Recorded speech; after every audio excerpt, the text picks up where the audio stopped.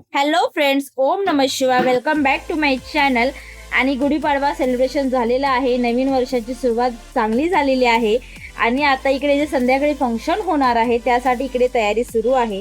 तर जी मोठमोठी भांडी आहेत ती वॉश करून घेतली जात आहे, ती स्वच्छ केली जात आहेत, म्हणजे जेणेकरून जेव्हा संध्याकाळी आचारी येतील तेव्हा त्यांना ती स्वच्छ भांडी भेटतील आणि ते लगेच जेवणाला तयारी करू शकतील. सो इकडे त्याच्यासाठीच ती भांडी वॉश केली जात आहेत आणि इथे डेकोरेशनवाले देखील आलेले आहेत. डेकोरेशन इकडे चालूच आहे आणि डेकोरेशन कसं असेल काय हे तुम्हाला पुढे जाऊन समजेलच.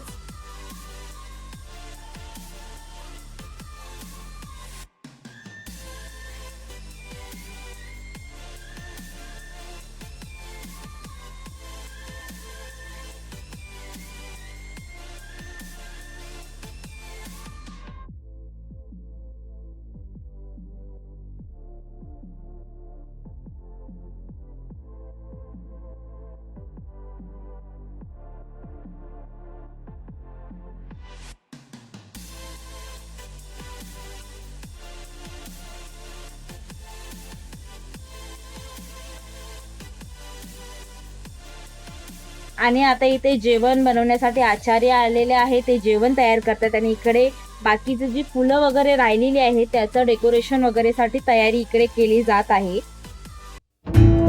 आणि आता जे मेन फंक्शन होतं ज्याबद्दल तुम्हाला मी इतके दिवस बोलत होते आणि जो सस्पेन्स ठेवला होता तो फंक्शन आज आहे. सो आज आहे माझ्या दादा बहिणीचं 7वा महिना सेलिब्रेशन, म्हणजेच बेबी शॉवर, डोहाळे जेवण. तर याचं जे एक छोटंसं सेलिब्रेशन फंक्शन आम्ही आज ठेवलेलं आहे. So G mother to be आहे ती आपल्या माहेरहून आपल्या माहेरच्या व्यक्तींसोबत, रिलेटिव्हसोबत आणि नेबरसोबत आज इथे तिच्या सासरी आलेले आहे आणि त्यांच्यासाठीच हा फंक्शन आज इथे ठेवलेला आहे. सो हेच फंक्शन तुम्हाला आज इथे दाखवणार आहे. सो आता त्यांचा वेलकम सुरू आहे.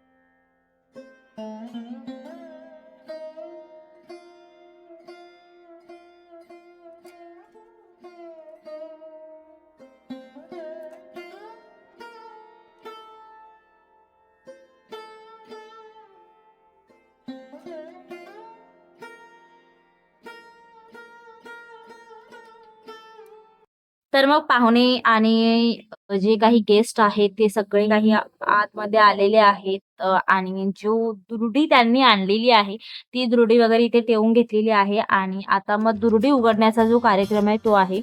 सो तोपर्यंत ज्यांच्यासाठी जो फंक्शन ठेवलेला आहे सो त्यांना एकदा रेडी करून आणलं जातं. जे दागिने असतात महाराष्ट्र रिच्युअलनुसार सो ते तिला वेअर करायला दिले जातात आणि त्यानंतर मग परत त्यांचा फोटो सेशन वगैरे जे काही ते चालू आहे. आणि इकडे दुर्डी सोडण्याचा कार्यक्रम आहे. दुर्डी सोडल्यानंतर त्यांचं एकदा पूजन वगैरे जे काही आहे ते केले जातं आणि ऑलमोस्ट 7 अशा दुर्ड्या असतात, त्याहूनही जास्त असतात. तर त्या दुर्ड्यांमध्ये प्रत्येकजण वेगवेगळा पदार्थ तयार करून आणतं. सो तो पदार्थ प्रत्येक एकत्र करून हा पाहुण्यांमध्ये गेस्टमध्ये वाटला जातो. जेव्हा आपण जेवण करतो तेव्हा तो दिला जातो. ती ही एक आमची महाराष्ट्राची रिच्युअल आहे. सो ही रिच्युअल मोस्टली लग्नांमध्ये बारशांमध्ये ही असतेच असते.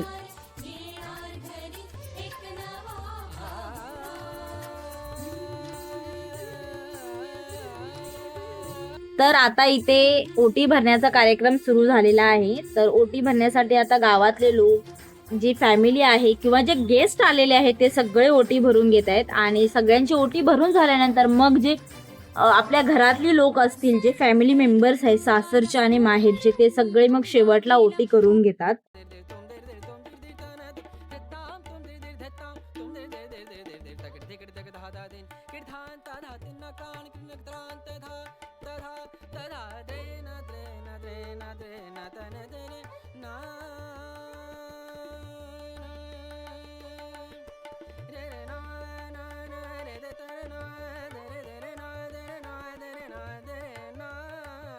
ह्या ज्या महाराष्ट्रीयन रिच्युअल्स आहेत या प्रत्येक ठिकाणी प्रत्येक भागात वेगवेगळ्या पद्धतीने आणि वेगवेगळ्या रिच्युअलनुसार केले जातात. सो ही आमच्या गावाकडे किंवा आमच्या भागामध्ये अशा पद्धतीने ही रिच्युअल केली जाते. सो ह्या ज्या रिच्युअल्स आहेत या मला पाहण्यासाठी अनुभवण्यासाठी मला खूप आवडतं. आणि मुंबईत ह्या रिच्युअल आपल्याला खूप कमी पाहायला मिळतात. आता हे मुंबईमध्ये हे खूप कमी झालेलं आहे. सो गावाकडे हे या ज्या लोकांनी, जुन्या लोकांनी ज्या पद्धती बनवलेल्या आहेत, ज्या परंपरा बनवल्या त्या अजूनही चालत आलेल्या आहेत आणि अशाच पुढे चालाव्यात ही इच्छा आहे. पण जोपर्यंत आपण हे पाहू शकतो, अनुभवू शकतो, तोपर्यंत सगळ्यांनी हा रिच्युअल्स पहा, अनुभवा असं मलाही वाटतं. आणि मीही प्रयत्न करते की ह्या पाहाव्यात, मी अनुभवाव्यात, कारण की मला हे सगळं पाहायला खूप आवडतं आणि बघायला, अनुभवायला, आणि ज्यात मला करता येईल तेही मी करण्याचा प्रयत्न करते. सो ह्या रिच्युअल्स खूप मला आवडतात.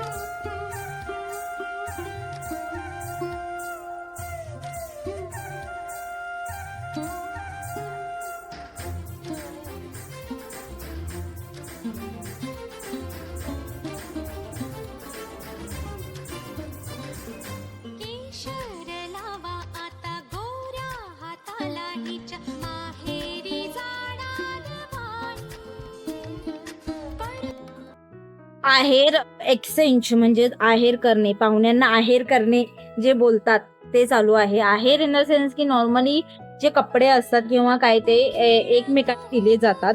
तो ती जी रिच्युअल आहे ती इथे चालू आहे.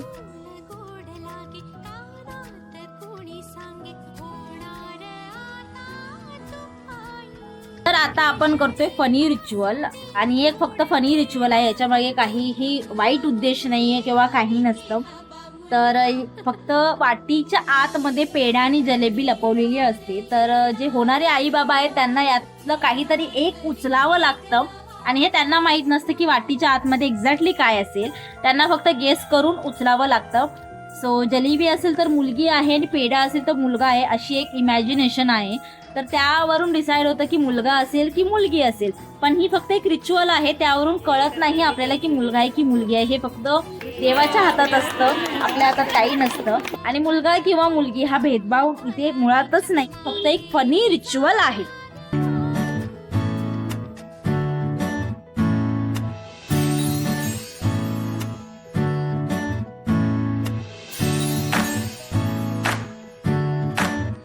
आई तू बाबा मी, आई तू बाबा मी, होणार ग कुणी येणार ग, होणार ग कुणी येणार ग. हा वा वा, हे मस्त आहे. आता हे ऐका. आजी तू आबा मी, आजी तू आबा मी, होणार ग कुणी येणार ग, होणार ग कुणी येणार ग.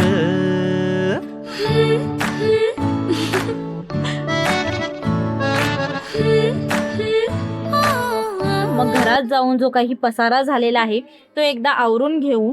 मग आम्ही आता रात्र झालेली आहे, आता आम्ही झोपून जाणार आहोत. सो आज हे होतंच या ब्लॉगमध्ये. तर हा ब्लॉग तुम्हाला कसा वाटला आणि तुम्हाला ही रिच्युअल किंवा हे जे फंक्शन होतं हे कसं वाटलं हे नक्कीच कळवा.